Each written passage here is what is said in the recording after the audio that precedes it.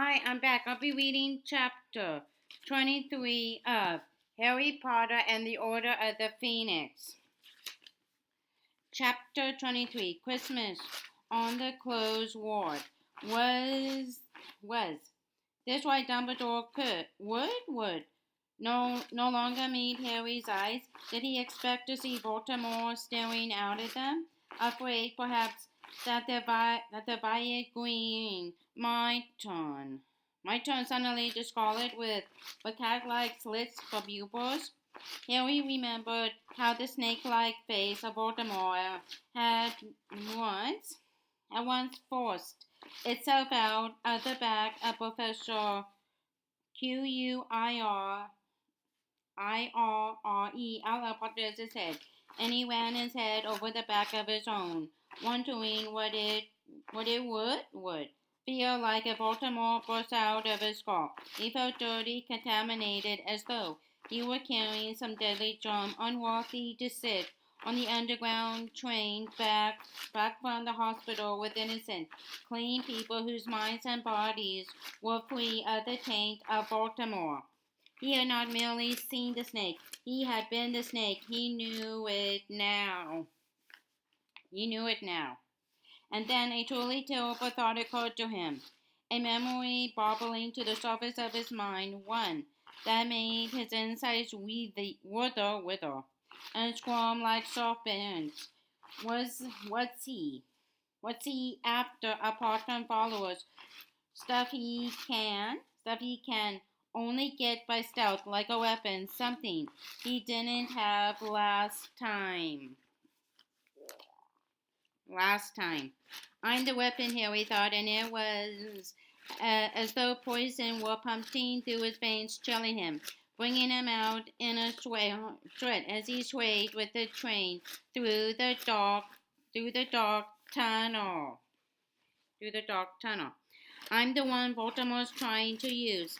That's why they have got guards around me everywhere I go. It's not for my protection. It's for other people's. Only it's not working. They can't have someone on me all the time at Hogwarts. Hogwarts. I did attack Mr. Weasley last night. It was me. Baltimore made me do it, and he could be inside me listening to my thoughts right now. Right now. Are you all right, Harry dear? Whispered Miss Weasley, leaning across gently to speak to him as the train rattled along through its dark tunnel. You don't look very well. Are you feeling sick?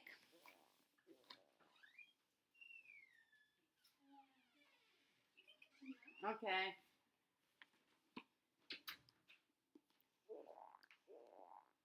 Are you feeling sick? They were all watching him. He shook his head violently and stared up at an advertisement for home insurance.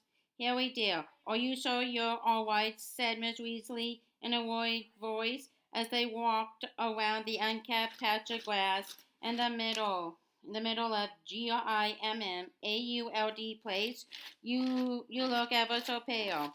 Are are you sure you slept this morning? You go upstairs to bed right now, and you can have a couple of hours sleep before dinner, all right?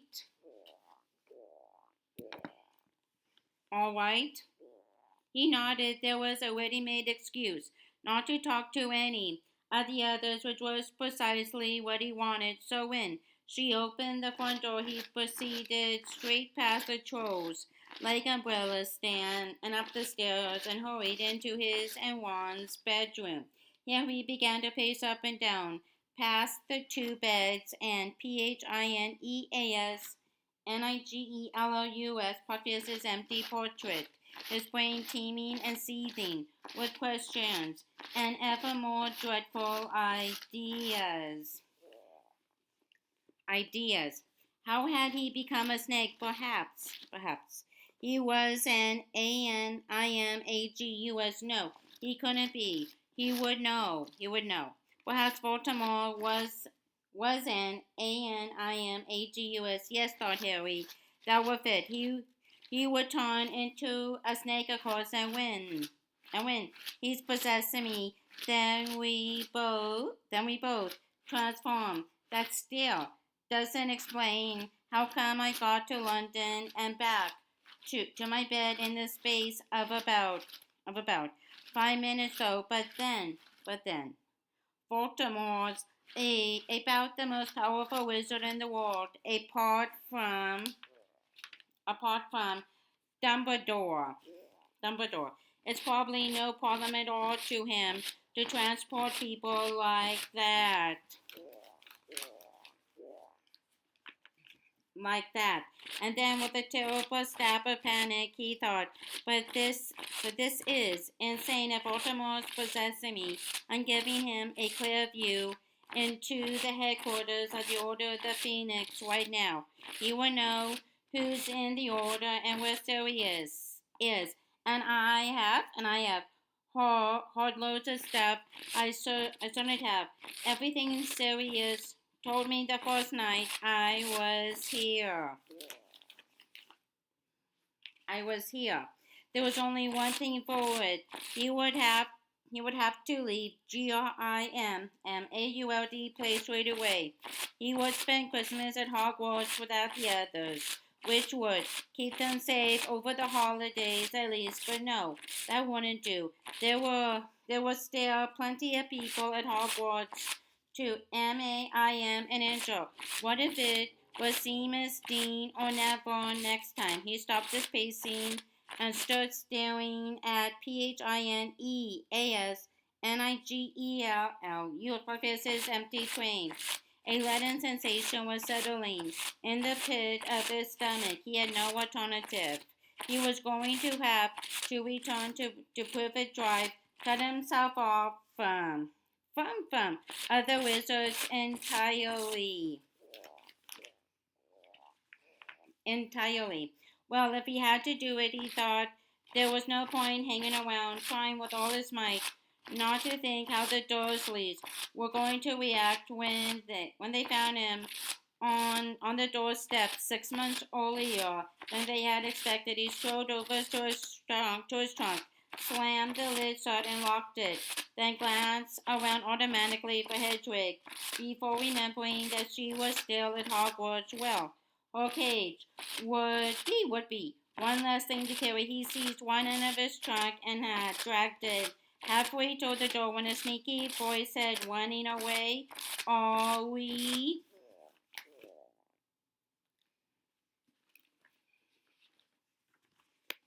Are we? He looked around. Phineasnigellus had appeared upon the canvas of his portrait and was leaning against the frame, watching Harry with an amused expression on his face. "Not running away, no," said Harry shortly, dragging his trunk a few more feet across the room. "I thought," said Phineasnigellus, stroking his pointed beard, "that to belong in a Gryffindor house, you were supposed to be brave.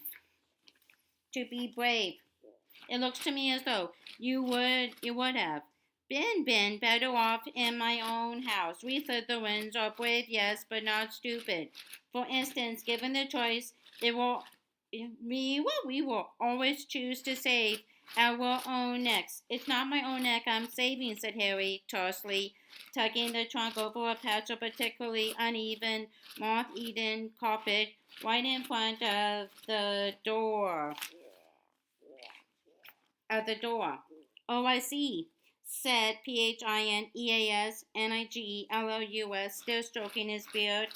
"This is no cowardly fight. You are being noble." Harry ignored him. His hand was on the doorknob when Phineasnigellus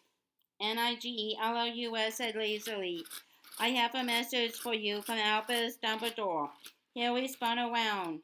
"What is it?" "Stay where you are." "I haven't moved," said Harry, his hand still upon the doorknob.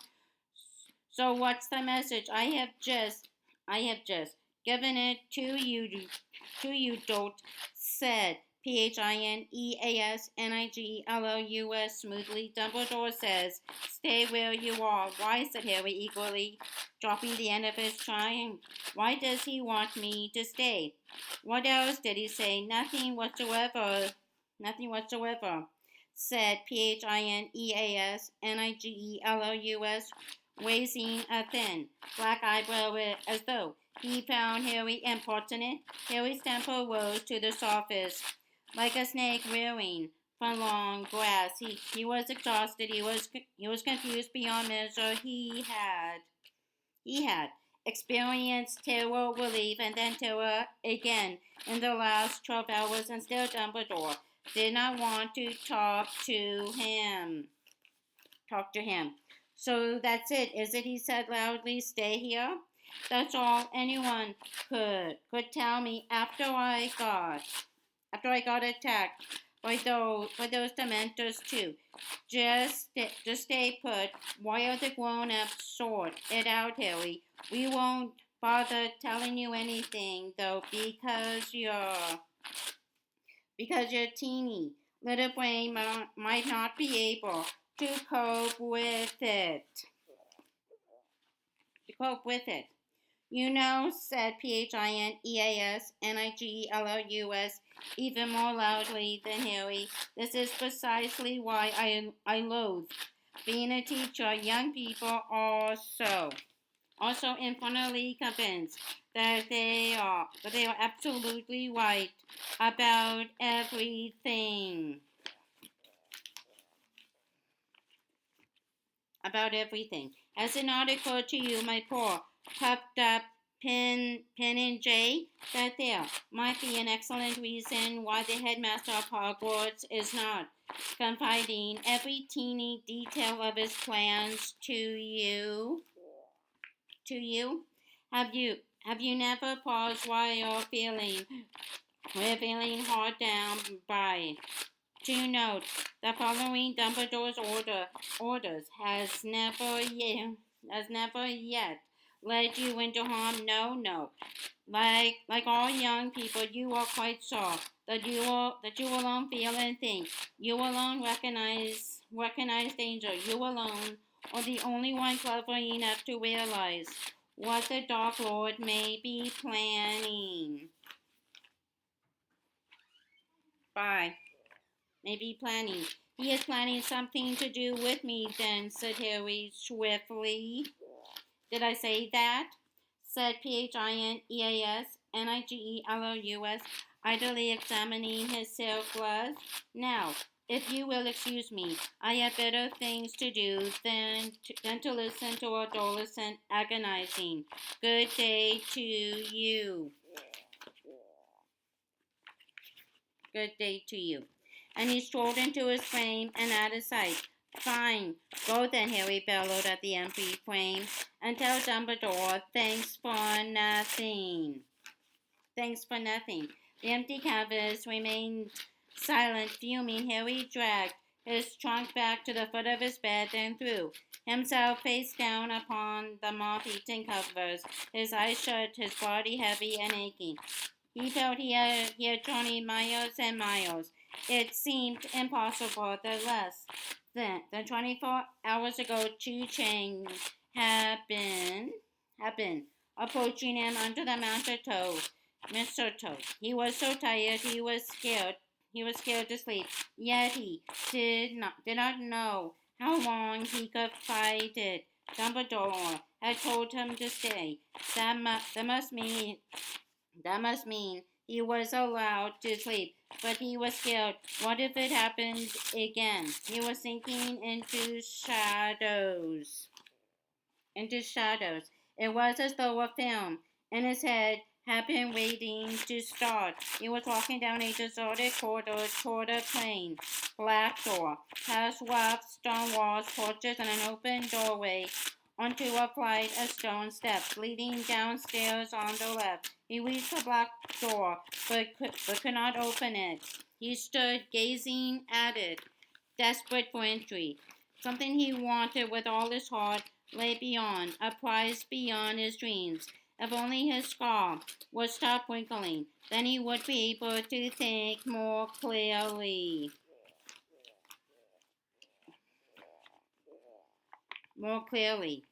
Harry, said Ron's voice from far, far away. Mom says dinner's ready. but she will save you something if you want to stay in bed. Harry opened his eyes, but Ron had already left the room. He doesn't want to be on his own with me, Harry thought. Not after what? He heard Moody say he supposed none of them would want him there anymore. Now that they knew what was inside him.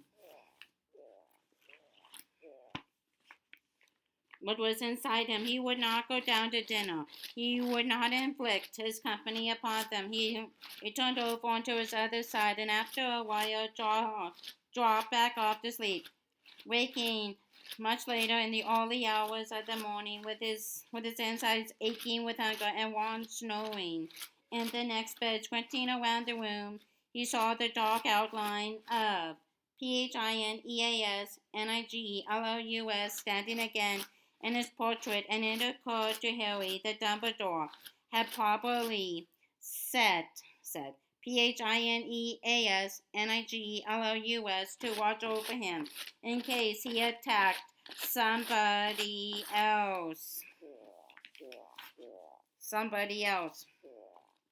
The feeling of being unclean intensified. He half wished he had not obeyed Dumbledore and stayed. If this was how life was going to be in GRIMMAULD place from now on, maybe he would be better off in Privet Drive after all. Everybody else spent the following morning putting up Christmas decorations. Harry could not remember Sirius ever being in such a good mood. He was actually singing carols, apparently delighted that he was to have company over Christmas. Harry could hear his voice echoing up through the floor in the cold and empty drawing room, where he was sitting alone watching the sky outside the windows going wider, threatening snow, all the time feeling as a savage pleasure that he was giving the others the opportunity to keep talking about him, as they were bound to be doing. When he heard Miss Weasley calling his name softly up the stairs around lunchtime, he retreated further upstairs and ignored her. It was around 6 o'clock in the evening that the doorbell rang and Miss Black started screaming again, assuming that MUNDUNGUS or some other older member had come to call. Harry merely settled himself more comfortably against the wall of Buckbeak, the hippogriff's room, where he was hiding, trying to ignore how hungry he felt as he fed Buckbeak dead rats. It came as a slight shock when somebody hammered hard on the door a few minutes later. I know you are in there, said Hermione's voice. Will you please come out? I want to talk to you. What are you doing here? Harry asked her, pulling open the door as Buckbeak resumed his scratching at the straw-strewn floor for any fragments of rat he might have dropped. I thought you were skiing with your mom and dad. Well, to tell the truth, skiing's not really my thing, said Hermione, so I had come for Christmas. There was snow in her hair, and her face was pink with cold.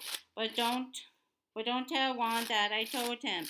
It's really good because he kept laughing so much. Anyway, Mom and Dad are a bit disappointed, but I had told them that everyone who's serious about the exams is staying at Hogwarts to study. They want me to do well. They will understand. Anyway, she said briskly, let's go to your bedroom. Ron's mom's lit a fire in there, and she set up sandwiches. Harry followed her back to the second floor.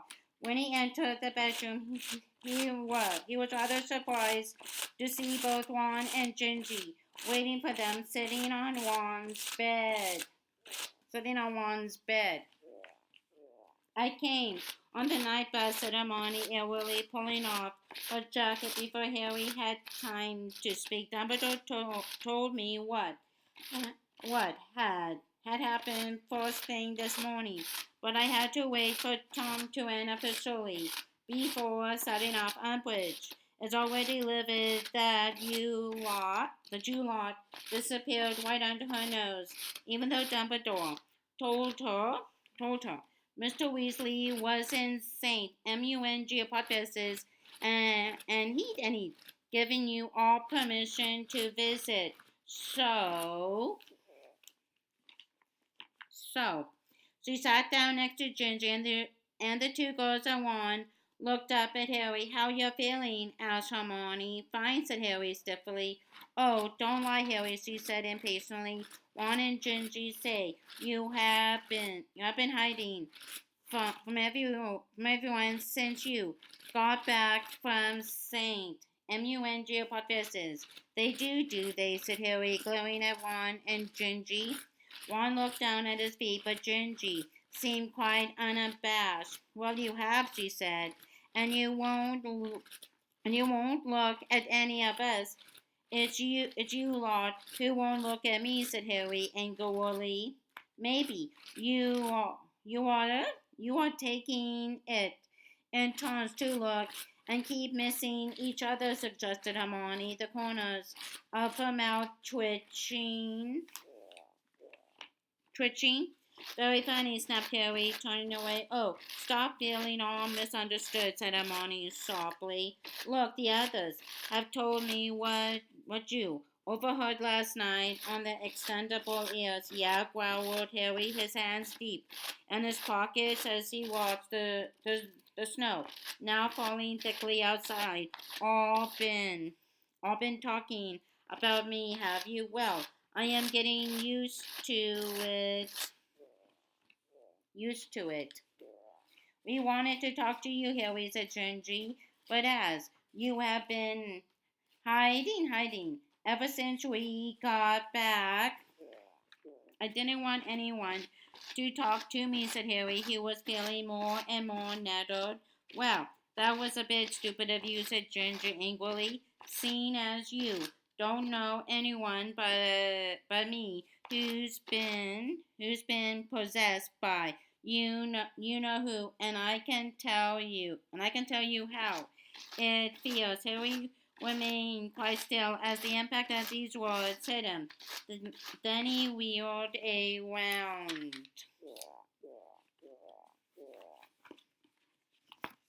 I forgot, he said. Lucky you, said Gingy coolly. I'm sorry, Harry said, and he meant it. So. Do you think I am being possessed then? Well, can you remember everything you have been doing, Gingy asked? Are there big, blank periods where you don't know what you have been up to? Harry racked his brains. No, he said. Then you know who. Hasn't ever possessed you, said Gingy simply. When he did it to me, I couldn't remember what I've been doing for hours at a time. At a time. I found myself somewhere and not know how I got there. Harry hardly dared believe her, yet his heart was lightning. Almost in spite of himself, that dream I had about your dad and the snake, though. Harry, you have had these dreams before, Hermione said. You had flashes of what Baltimore was up to last year. This was different, said Harry, shaking his head. I was inside a snake. It was like I was the snake. What if Baltimore somehow transported me to London? To London. One day, said Hermione, sounding thoroughly exasperated, you will read Hogwarts history, and perhaps that will remind you that you can't APPARAT or DISAPPARAT inside Hogwarts. Even Voldemort couldn't just make you Fly out of your dormitory, Harry. You didn't leave your bedmates on. I saw you thrashing around in your sleep. About, about, a minute before we could wake you up. Harry started pacing up and down the room again, thinking, what they, what they were all saying was not only comforting, it made sense without really thinking. He took a sandwich from the plate on the bed and crammed it hungrily into his mouth. Into his mouth. I am not the weapon after all, thought Harry. His heart swelled with happiness and relief, and he felt like joining in as they heard Sirius trampling past the door toward Buckbeak's room, singing "God Bless You, Merry Hippogriffs" at the top of his voice. How could he have dreamed of returning to Pivot Drive for Christmas? Sirius' delight at having the house full again, and especially at having Harry back, was infectious.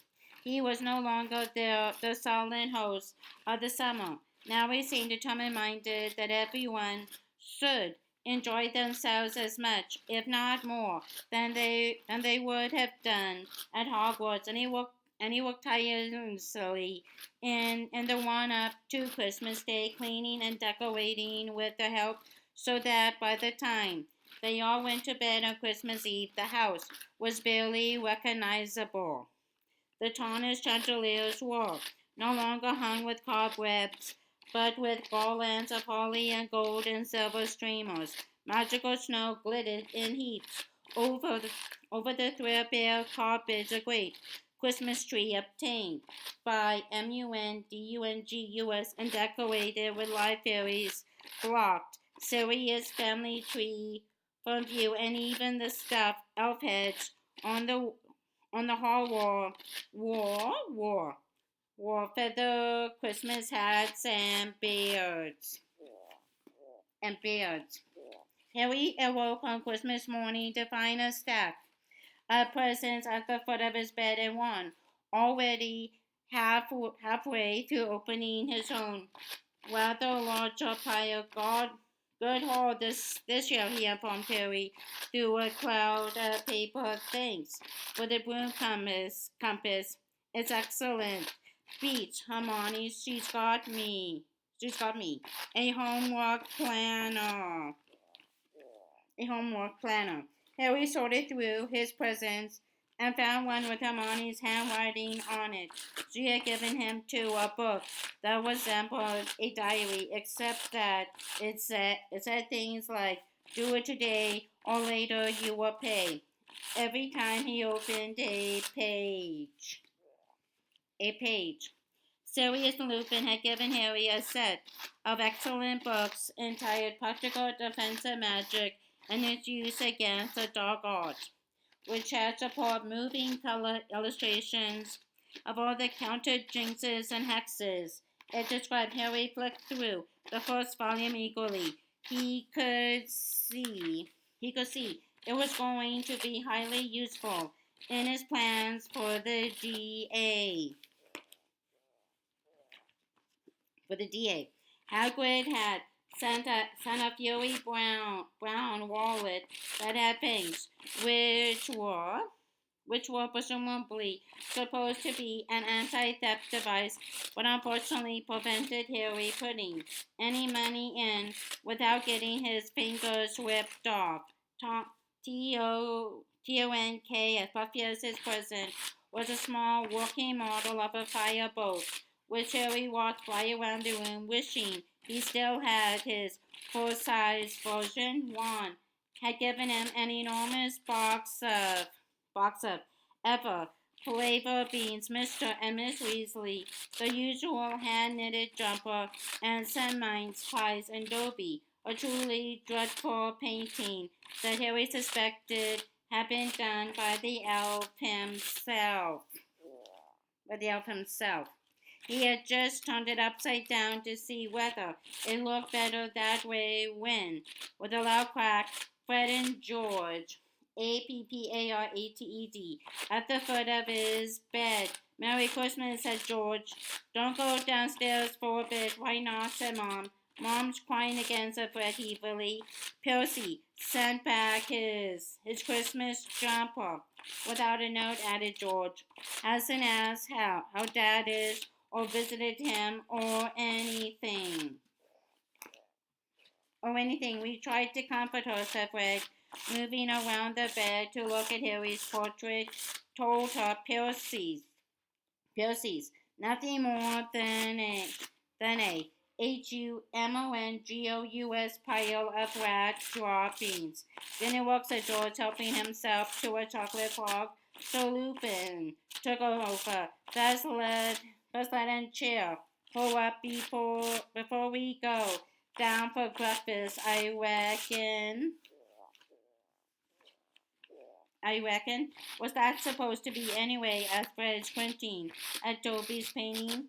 Looks like a goblin with two black eyes. It's Harry, said George, pointing at the back of the picture. Said so.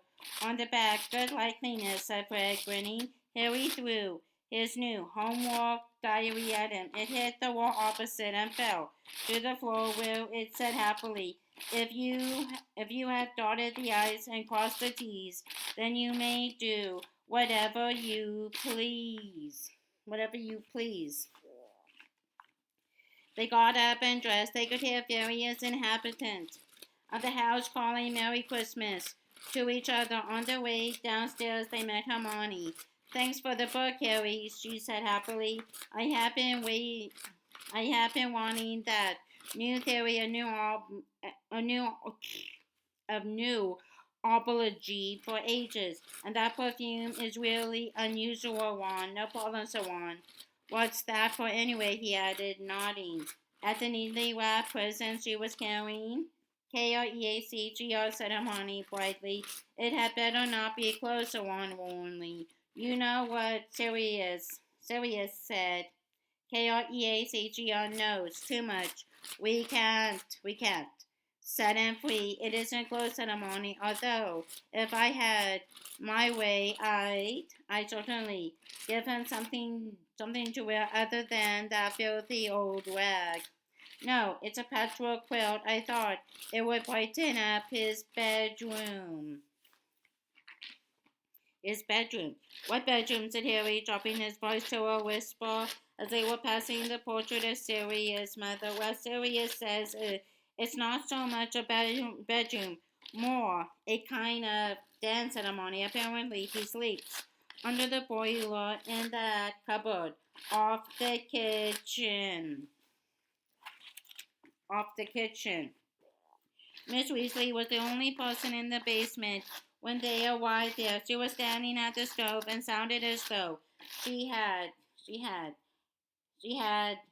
a bad head cold when she wished them Merry Christmas, and they all averted their eyes. So this is Creach. Parker's his bedroom, so on, strolling over to a dingy door in the corner opposite the pantry, which Harry had never seen open. Yes, said Hermione, now sounding a little nervous. I think we better knock. Ron rapped the door with his knuckles, but there was no reply. He must be sneaking around upstairs, he said, and without further ado, pulled open the door. URGH. Harry peered inside. Most of the cupboard was taken up with a very large and old-fashioned boiler, but in the foot space underneath the pipes, Kreachr had made himself something that looked like a nest. A jumble of assorted rags and smelly old blankets were piled on the floor, and the small dent in the middle of it showed where Kreachr curled up to sleep every night. Here and there among the material was stale bread, crusts, and moldy old bits of cheese. In a far corner glinted small objects and coins that Harry guest Kreacher had said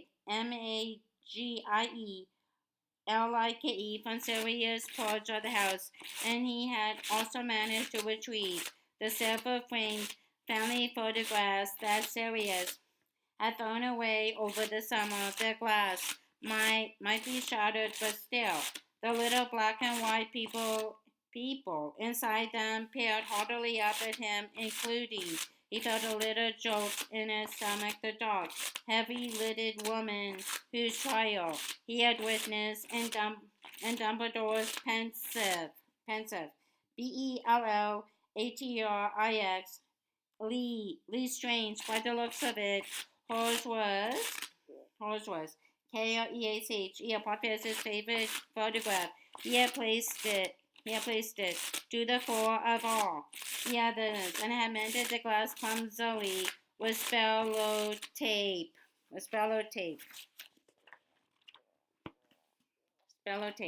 I think I would just leave his present here, said Hermione, laying the package neatly in the middle of the depression in the racks and blankets and closing the door quietly. You will find it later. That will be fine. Come to think of it, said Sirius, emerging from the pantry, carrying a lost turkey. As they closed the cupboard door,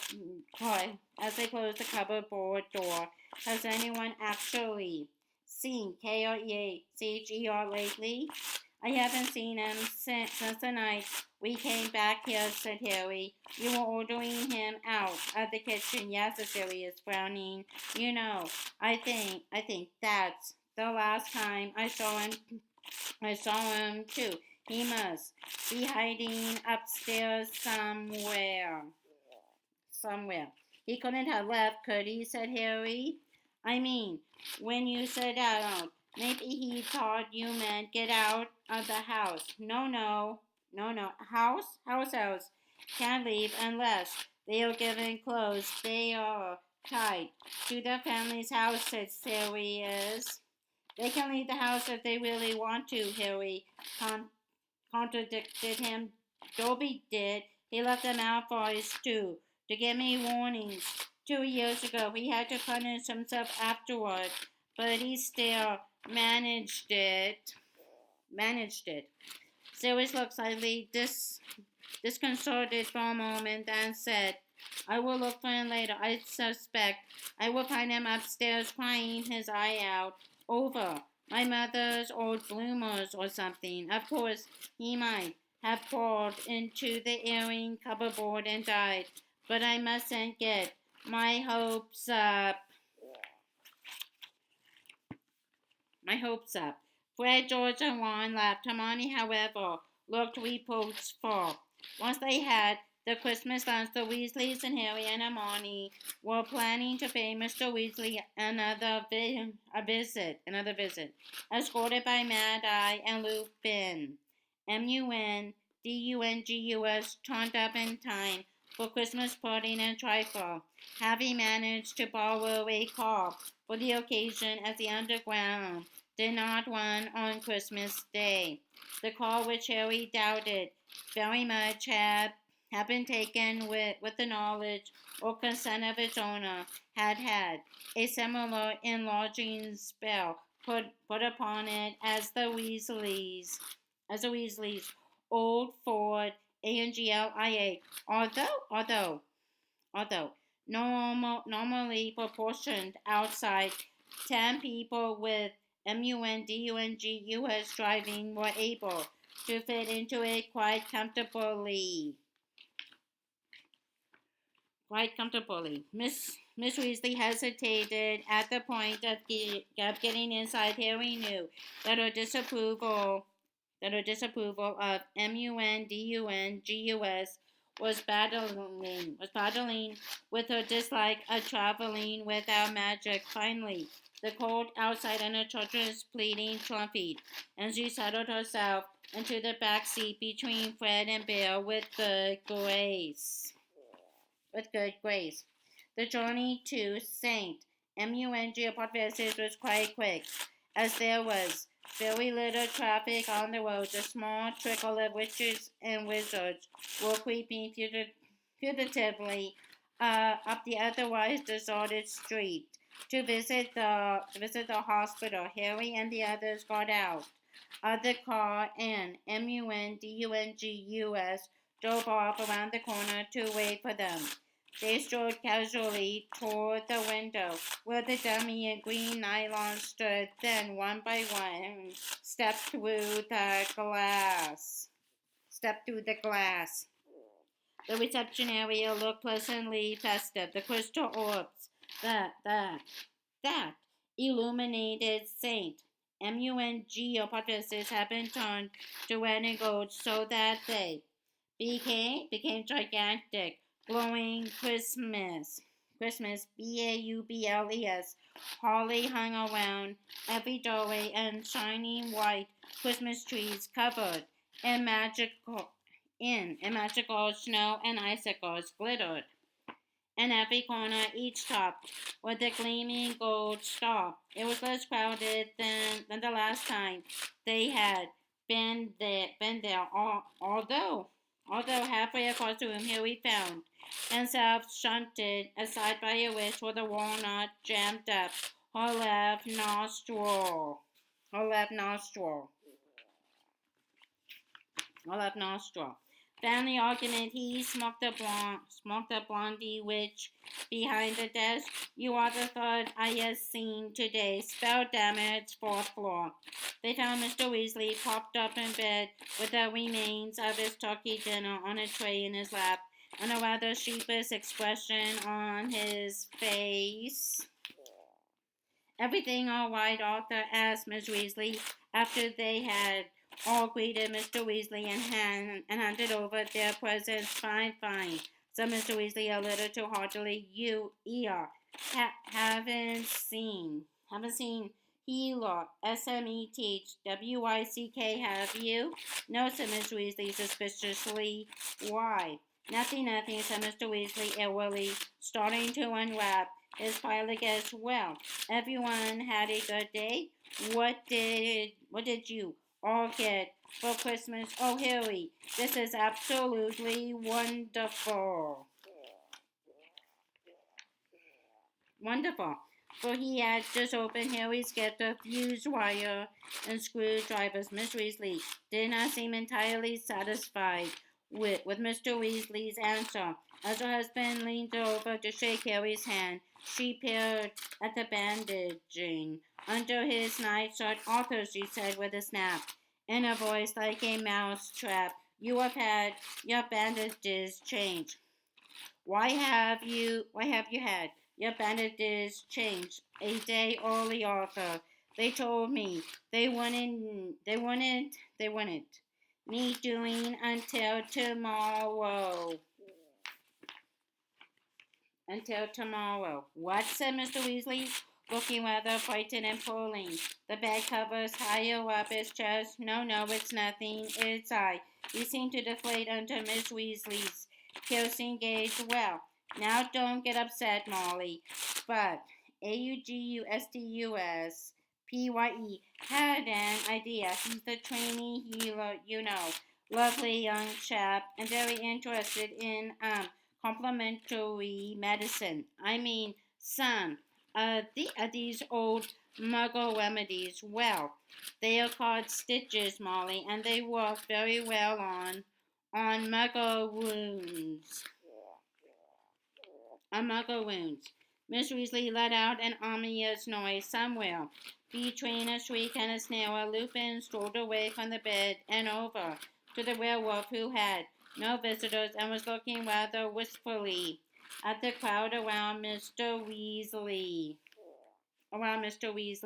Bear muttered something about getting himself a cup of tea, and Fred and George leapt up to accompany him, grinning. Do you mean to tell me, said Miss Weasley, her voice growing louder with every word, and apparently unaware that her fellow visitors was going for cover, that you have been messing about with muggle remedies? Not messing about, Molly dear, said Mr. Weasley importantly. It was just just something PYE, and I thought we tried. Only most unfortunately well. With these particular kinds of wounds, it doesn't seem to work as well as we hope. Meaning, well, I don't know.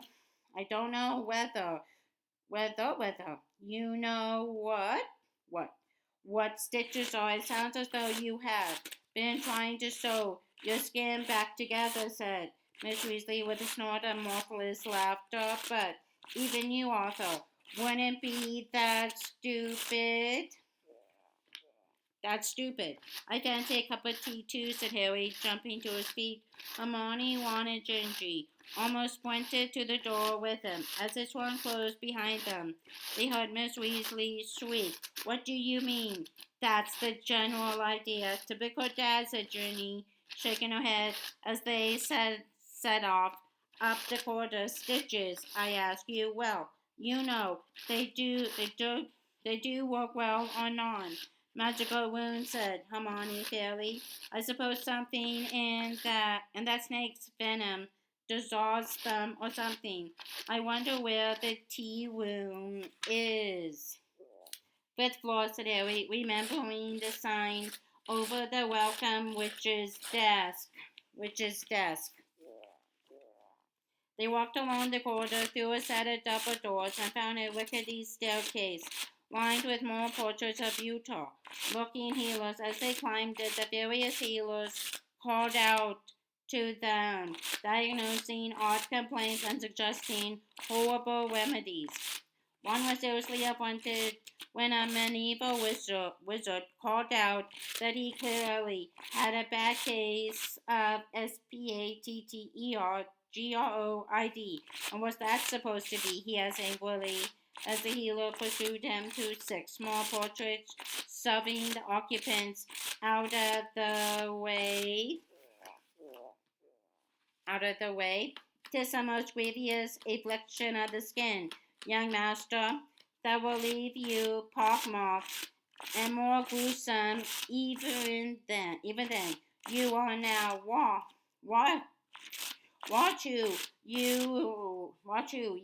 you are calling gruesome," said Ron, his hair turning red. "The only remedy is to take the liver of a toad, bind it tight about your throat, stand naked by the full moon in a pair of Eeyore's eyes. I have not got SPATTERGROIT, but the unsightly blemishes upon your visage, young master, they are freckles," said Ron furiously. "Now get back in your own picture and leave me alone. He rounded on the others who were all keeping determinedly straight faces. "What floor is this?" "I think it's the 5th, said Hermione. "No. Nah, it's the 4th, said Harry. "One more." But as he stepped onto the landing, he came to an abrupt halt, staring at the small window set into the double doors that marked the start of a corridor. Signpost spell damage. A young man was peering out at them all with his nose pressed against the glass. He had wavy blonde hair, bright blue eyes, and a broad, vacant smile that revealed dazzling white teeth.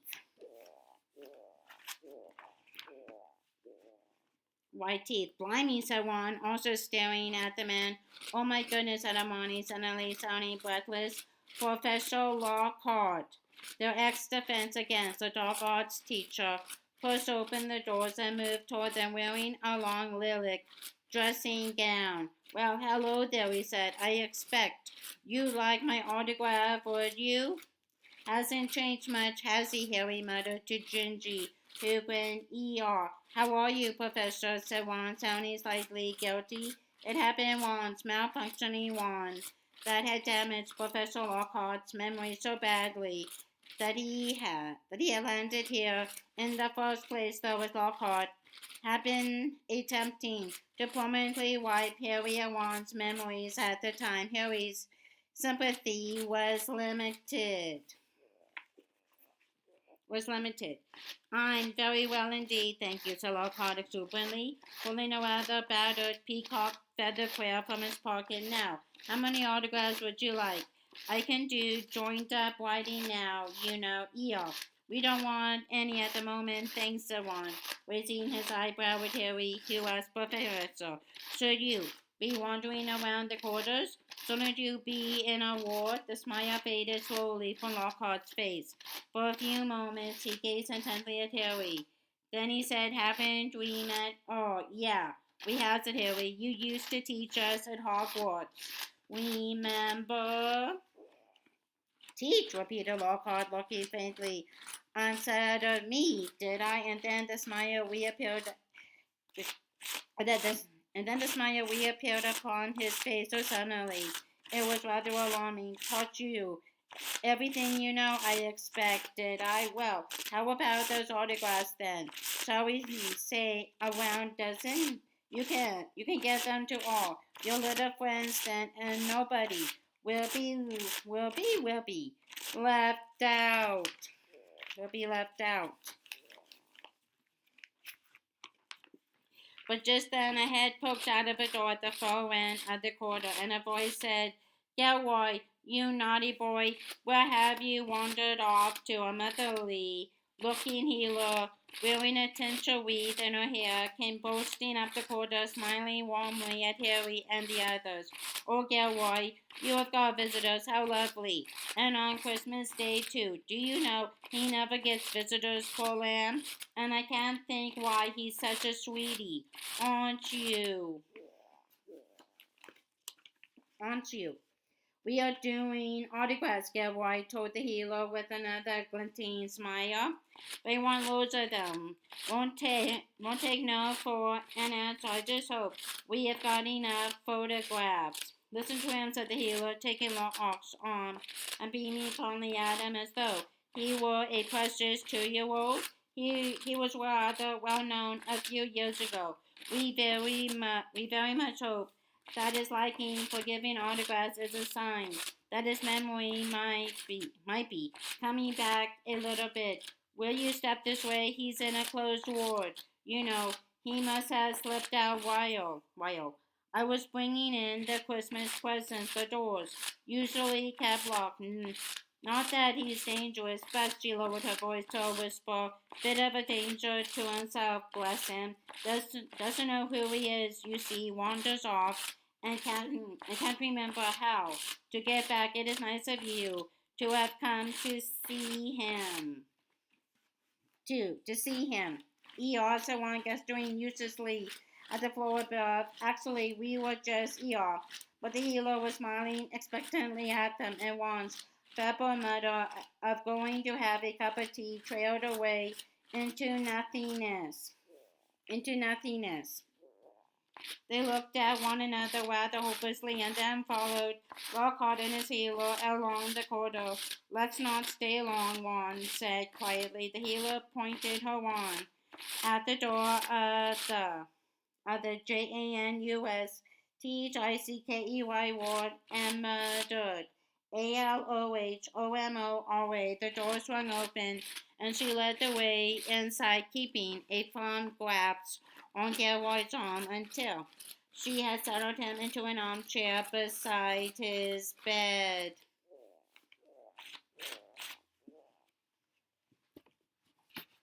This is our long-term resident ward, she informed Terry, Ron, and Hermione, and Gingy in a low voice for permanent spell damage, you know.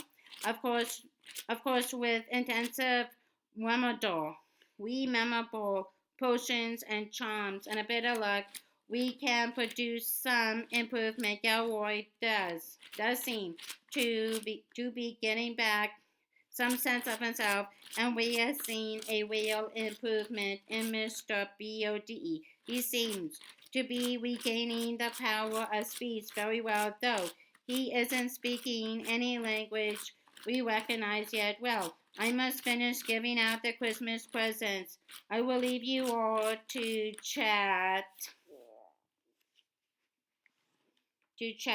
Harry looked around. This wall bore unmistakable signs of being a permanent home to its residents. They had many more personal artifacts around the beds than in Mr. Weasley's ward. The wall around Gilroy's headboard, for instance, was papered with pictures of himself, all beaming toothily and waving at the new arrivals. He had autographed many of them to himself in disjointed, childless writing. The moment he had been deposited in his chair with the heel. Gilroy pulled a first stack of photographs toward him, seized the quill, and started signing them off feverishly. You can put them in envelopes, he said to Ginny, throwing the signed pictures into her lap one by one. As he finished them, I am not forgotten, you know. No, I still receive a very great deal of fan mail. Gladys, Gudgeon writes weekly. I just wish I knew why. He paused, looking frankly puzzled, then beamed again and returned to his signing with renewed vigor. I suspect it is simply my good looks. My good looks. A shallow-skinned, mouthful-looking wizard lay in the bed opposite, staring at the ceiling. He was mumbling to himself and seemed quite unaware of anything around him. 2 beds along was a woman whose entire head was covered in fur. Harry remembered something similar happening to Hermione during their second year, although fortunately the damage in her case had not been permanent. At the far end of the ward, flowery curtains had been drawn around 2 beds to give the occupants and the visitors some privacy.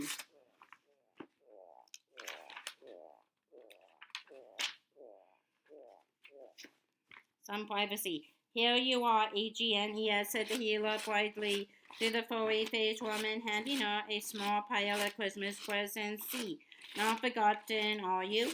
And your son sent an hour to say he's visiting tonight, so that's nice, isn't it? Agnes gave several loud barks. And look, Broderick, you have been sent a potted plant and a lovely calendar with a different fancy hippogriff for each month.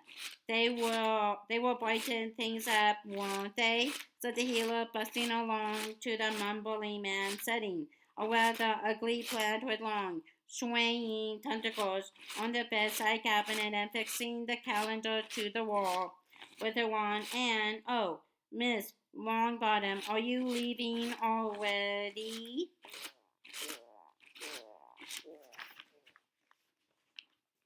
Already? Harry's head spun around. The curtains had been drawn back from the 2 beds at the end of the ward, and 2 visitors were walking back down the aisle between the beds. A formidable looking old witch wearing a long green dress, a moth-eaten fox fur, and a pointed hat decorated with what was unmistakably a stuffed vulture, and trailing behind her, looking thoroughly depressed, Neville.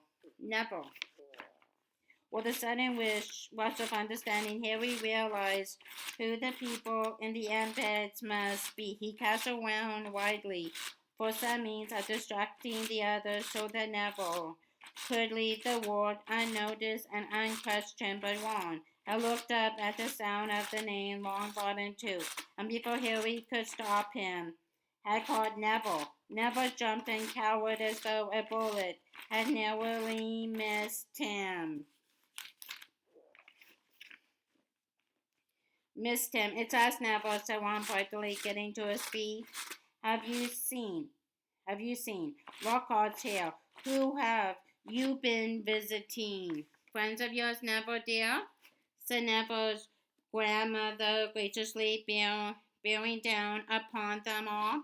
Neville looked as though he would rather be anywhere in the world but here. A dull purple flush was creeping up his plum face, and he was not making eye contact with any of them. Ah, yes, said his grandmother, looking closely at Harry, and sticking out a shriveled claw-like hand for him to shake. Yes, yes.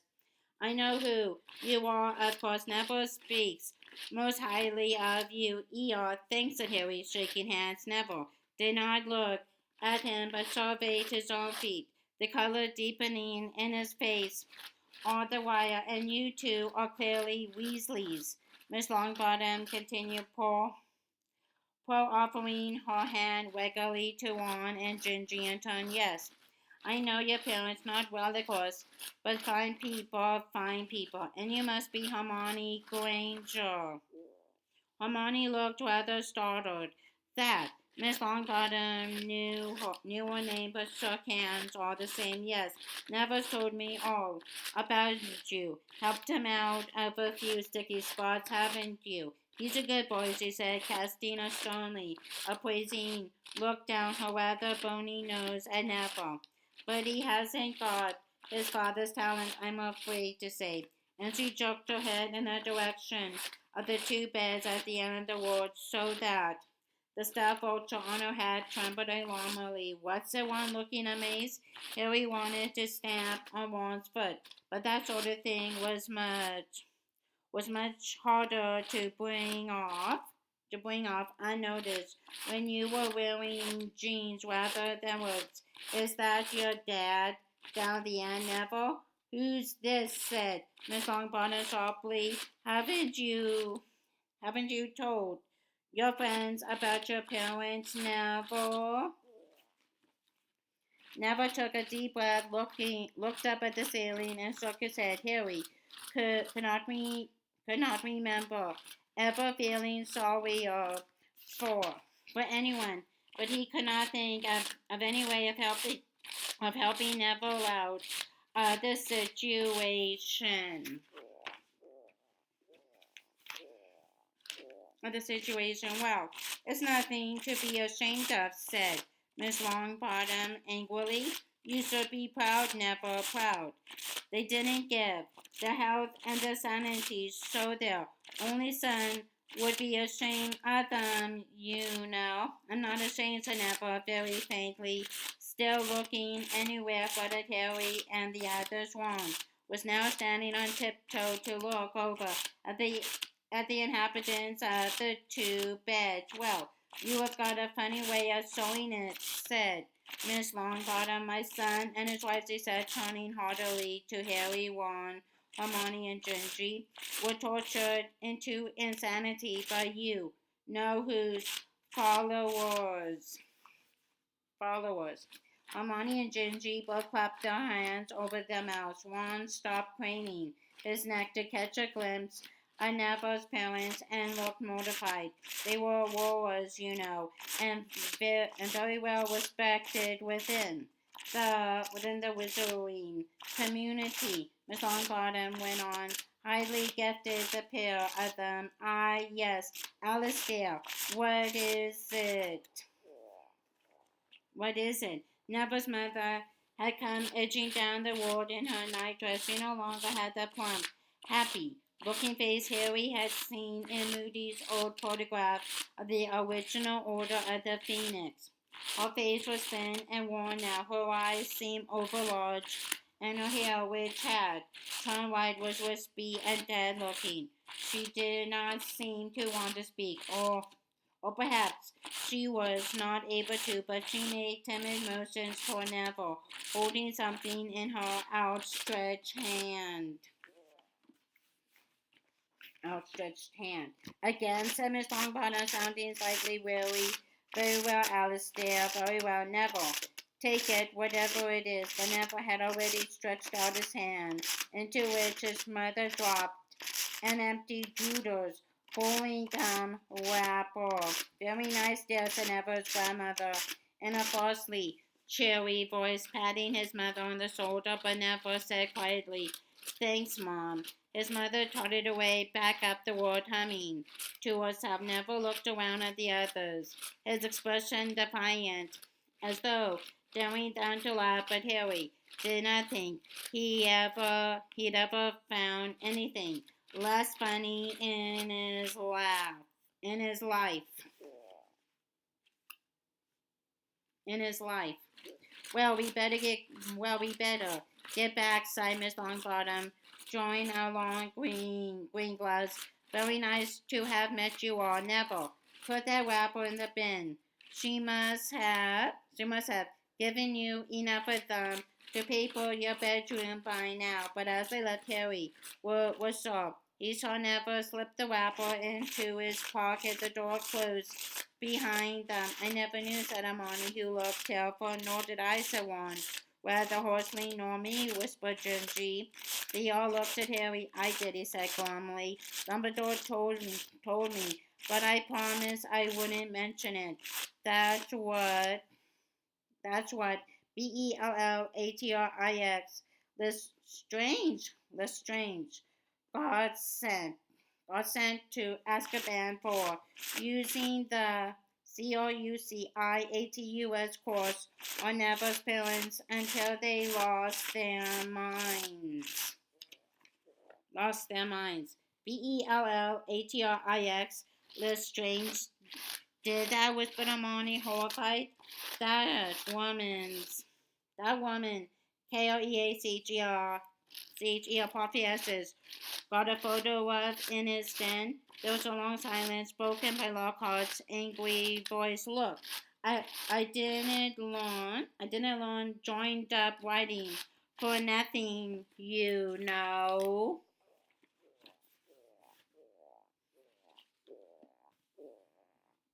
Okay, that's the end of chapter 23. Okay, bye bye.